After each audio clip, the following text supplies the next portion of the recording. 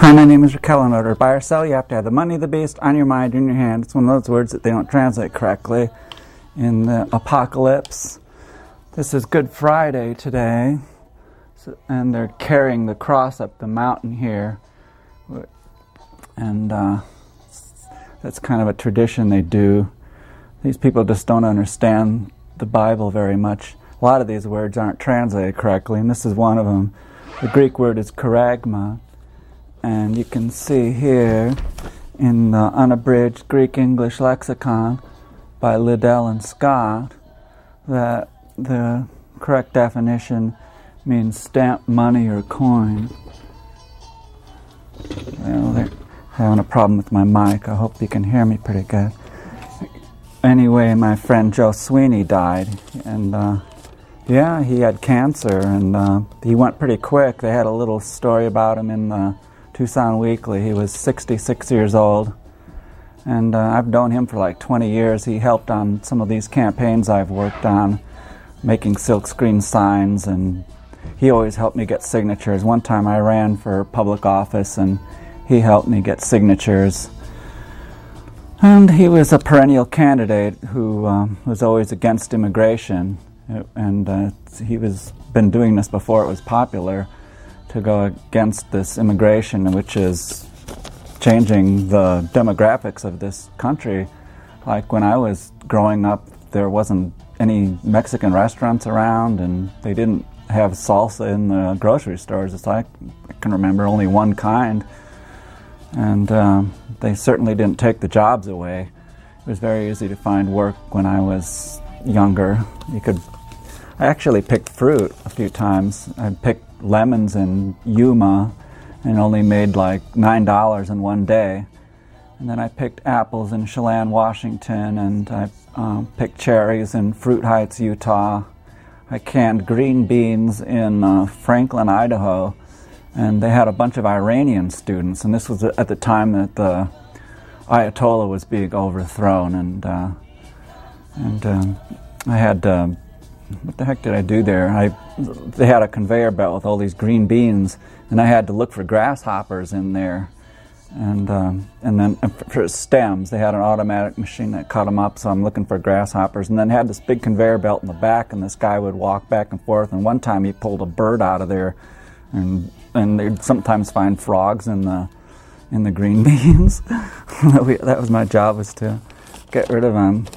Well, they had a story here in the New York Times about converting fuel to, or converting food into fuel, and it's going to cause the price of food to go up. Anyway, that song they just played, Here Comes the Sun, I just downloaded these songs off the iTunes, and had a hard time getting it onto my iPod because my original library is on different computer. So anyway, here's how the grain for food and other uses. This is 2000 here, and it was 0 back in the year 2000. And then up here, percent change, it's 250% change.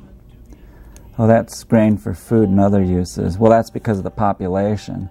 But this is biofuels here, grain for biofuels. This is black area. And it's 6% of the consumption of all these various crops. It says here, grains factor here are barley, corn, millet, mixed grains, oats, milled rice, sorghum wheat, and durum wheat. And in the United States, most of the corn crop is fed to pigs and cows for milk and food. You know, pigs are like lustful. All they do. A friend of mine had some pigs out here, Blankenship, and he had about 30 pot-bellied pigs, and all these pigs would do they'd eat, sleep, have sex, and fight. That's all these pigs did. But they were so funny. You could just watch them all day long. And when the pigs had babies, they were really small, and they had hawks around there, and owls too. There was an owl living in Blankenship's swimming pool, and the hawks would eat the piglets if the mother wasn't watching. Well, this is from March 24th. They had a big story in the New York Times, and the headline is, "So many deaths make traditional cremations mathematically impossible." And they had a different headline on the internet version of this, but there you can see. And I'm mentioning this because they allegedly used crematoria at Auschwitz to cremate thousands of bodies a day, but nobody ever thought that that was mathematically impossible. So because of this, in Japan they traditionally cremate people, but the capacity of their crematoria there, it says, can only accommodate 4 bodies a day. And you would assume that they had modern crematoria there. On average, it takes about an hour to cremate a body. So mathematically, to cremate thousands of bodies a day at Auschwitz, they'd have had to have hundreds of crematoria, but they only had, what was it? It was 54 crematoria or something like that. But not all of them worked at one time, and they had to clean them, and they have to change the fire bricks if you burn it too much. And it can crack the bricks and things like that, so you have to let them cool off every once in a while. So logistically, it's to cremate all those bodies at Auschwitz, they never could have done it, and so they allegedly built these pits. But Auschwitz was a swampy area. This big river ran through there, so if they dug a pit, it would have gotten water in it, and it would have polluted the water table. They couldn't cremate bodies in pits, and it's not aerodynamically practical to burn bodies in pits. So they made up a bunch of lies about this Holocaust, and there's something on my website, you can check it out, about the Holocaust. The major part is forensics. You know, if you look at the alleged murder weapon, which was the so-called gas chambers, that it's just not practical to use louse disinfectant. They said they used Zyklon B, which is hydrogen cyanide, and it's not practical. I mean, they had this stuff that's called coal gas or producer gas that they ran the automobiles with, because during the war, Germany had a problem getting oil to run his war machine, so the civilians used these buses and trucks and things that ran off this coal gas, which was like 35% carbon monoxide. And they allegedly used a diesel engine at Treblinka, which isn't practical either. It's ridiculous, because diesel engines have very little carbon monoxide. It's inert amounts. When they take your diesel engine to get the emissions tested, they're not looking for carbon monoxide, they're looking for particulates, which is that black smoke you see coming out of these diesel engines, which can cause cancer. But so that's the way you look at this. This guy, Sacha Baron Cohen's brother, is some kind of psychiatrist or something, and he heard a story, and he really believes it. This was in the newspaper recently, that he heard a story that his father or somebody had in Auschwitz. The Dr. Mengele, of course, took somebody's hands off, and just out of malice, they spun the hands around backwards, which, you know, back in the 30s, they couldn't do hand operations like that. And you know, I mean, this was in the paper, and what the heck was this? Oh, it was in a science magazine, which made it worse. It was in the New Scientist that this article appeared, and you would think that they would realize that this kind of surgery wasn't done until like the 60s or even later. You can Google first hand surgery, put it in quotations, and you'll see a discussion about it on the Stormfront neo-Nazi website. That's where I heard about it. Anyway, here's the price of gold going up, and it was higher in the 80s, but, you know, it's like gold is, you know, it says in the Bible, in Ezekiel, that gold shall become an unclean thing, and they'll cast it into the streets. And of course, you can't eat gold. You know, it's more practical to store wine, or you could store cocaine or something. You know, but there's the price of gold is $1,500. I think it broke that today or something. But the previous peak, in adjusted for inflation, was 2,400 back in January 1980. And I can't quite remember what was going on. I think that was during the oil embargo or something, and people were getting really scared. But we're having the same problem now.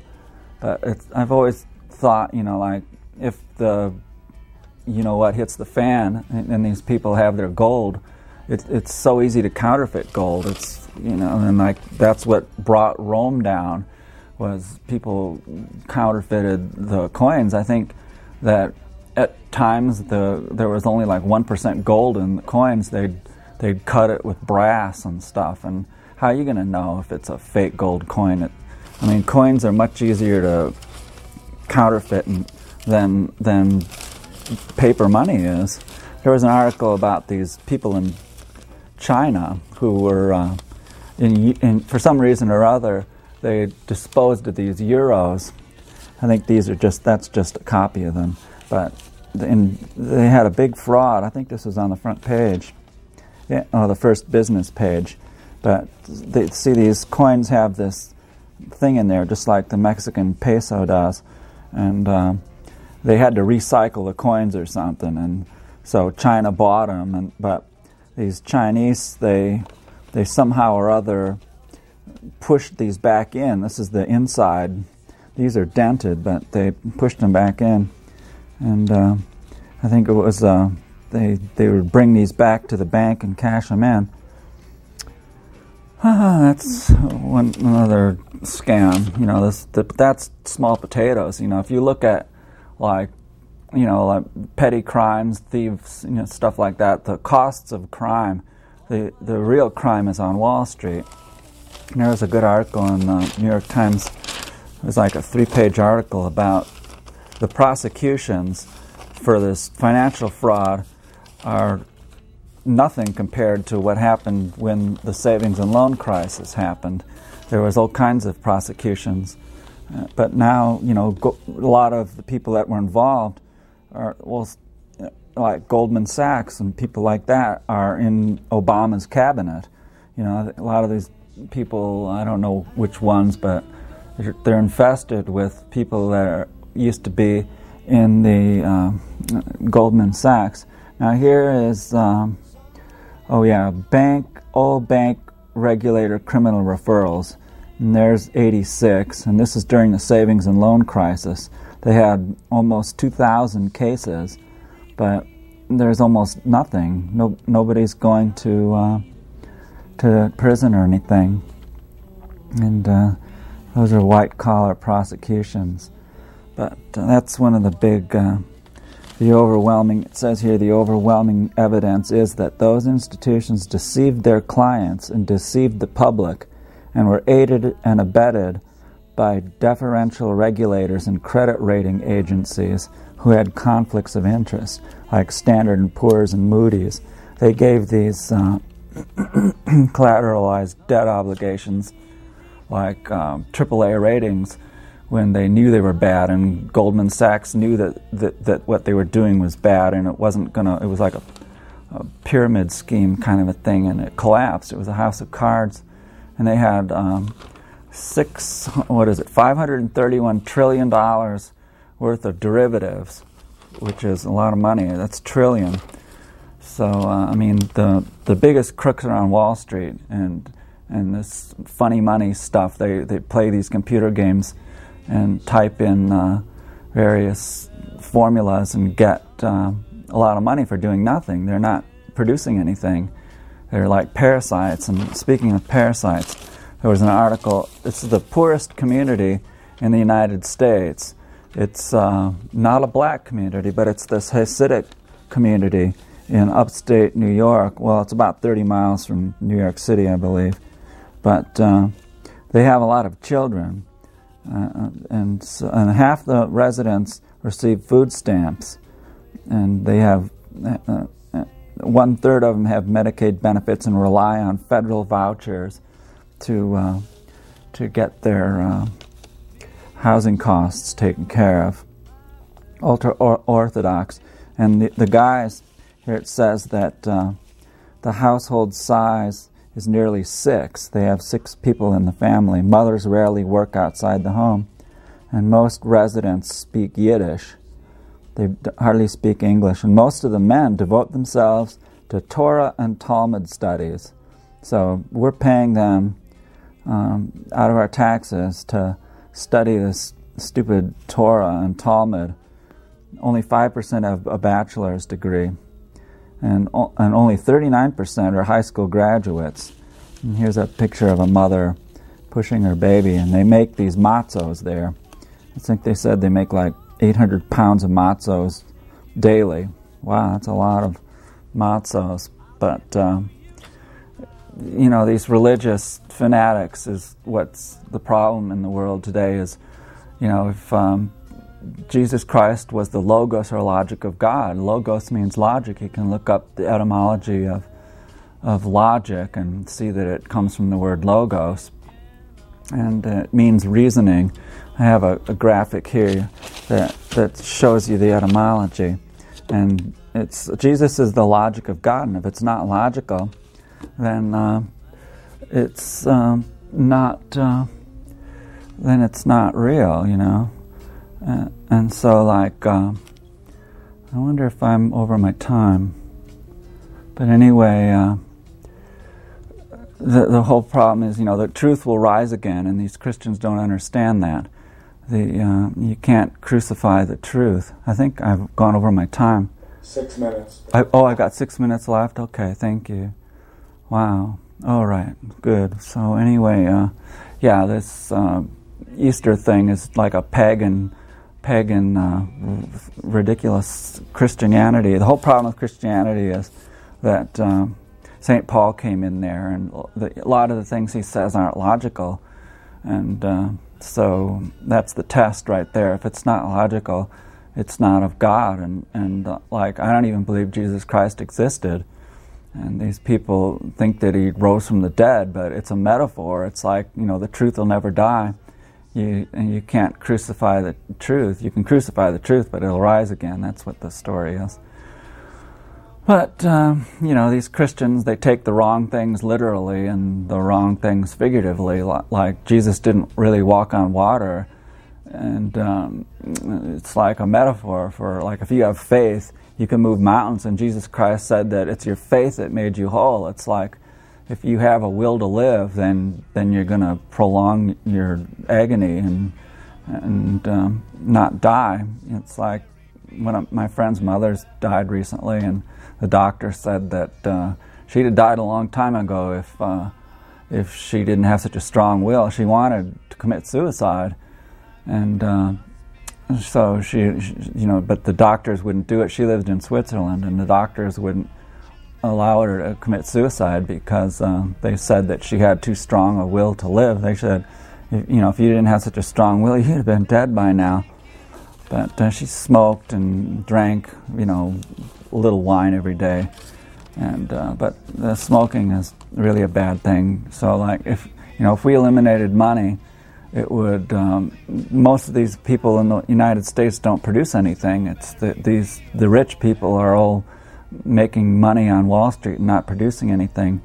There's a lot of famous people that have believed in eliminating money, and if we didn't have money, then we wouldn't have all these unhealthy things, and we wouldn't have people prostituting themselves and selling drugs. And I think LSD is a good drug, and that guy Stanley Owsley died recently. I've got an article here, but I can't really talk about it because I don't have that much more time left. Anyway, my name is Raquel. In order to buy or sell, you have to have the money of the beast on your mind. 5 minutes. Oh, wow. See, I get screwed up, at the time. 9:55. All right, yes. All right, good. Well, I have time to show you this article then about Stanley Owsley. And he made all this LSD back in the 60s and 70s. And before it was illegal, he made it. here he is with Jerry Garcia, the Grateful Dead, and they passed out this acid at the Grateful Dead concerts. And they also give it out at these rainbow gatherings. Like, if you go there, they'll dose you on, I think, what is it the 4th of July? Yeah, I think it is. Well, everybody knows that the price of gasoline is going up. And you can see how it declined for a while, but then it went up again. Let's see here. Yeah, it was almost $4 a gallon back in the middle of 2008. And then it dropped because of the economy. But it's going up again. And they're supposedly going to have some congressional investigation about why the price is so high. And they believe that it's because of the speculators. And Soviet Union used to be against a lot of speculate. You know, I mean, they're not producing anything. It's like those people on Wall Street with their computers. They manage thousands of deals a day, and with microseconds in the trade, they'll only own it for a few seconds or a few minutes, and then they'll sell it, and it might go up or down a penny or less. But if they do it thousands and thousands of times a day, it adds up in the end, and that's all they do. They have a branch in Goldman Sachs that does this, and there's a book called Goldman Sachs Rules the World, and that's pretty true, because a lot of the people I was telling you in Obama's cabinet are in Goldman Sachs. But I told you this before about how I think life on Earth is so unique, and there are so many contingencies that are necessary for people to exist. And you have to have the right distance from the sun. A moon helps. It's necessary for some reason. It makes the tides and things like that. And the moon attracts meteors and stuff, and so they hit the moon instead of the planet Earth. You can see all those craters up there. But there's a whole bunch of other things, and there's a little thing about my website. But anyway, I talked about this, but I didn't have the article with me. And I told you that phosphorus may have acted as a pulse of fertilizer stimulating algae growth, and that may have been responsible for the rapid rise of oxygen in the ocean at the same time.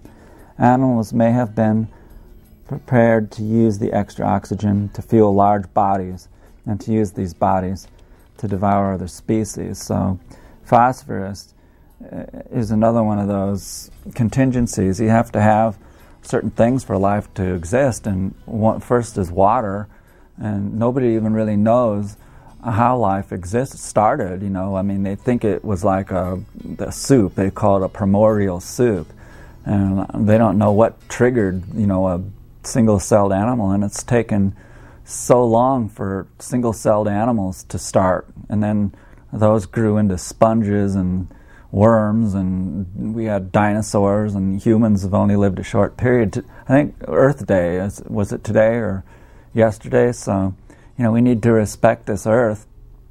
And you know, the Native Americans, they had a connection with the Earth and to the Spirit. Okay, thank you. And they had a connection with the Spirit, and so, you know, these pilgrims didn't realize that these Native Americans had a pretty good community. It was like utopia and paradise here. So a lot of people will come in Jesus' name, but he'll deny them because they're really St. Paulians. They're not really Christians. So, like, the whole problem with the church is that guy St. Paul, you know, Jesus Christ believed in eliminating money. He said you can't serve God or money. You'll either love the one or hate the other, hold to the one or despise the other. But the Pharisees who loved money heard of this and scoffed. And Jesus told his disciples to go forth without money. Anyway, my name is Raquel, and now it's time to go. In order to buy or sell, you have to have the money of the beast on your mind or in your hands. One of those words that's not translated correctly. And that other word is logos in John 1:1. And mammon is an Aramaic word for money. Bye. God bless.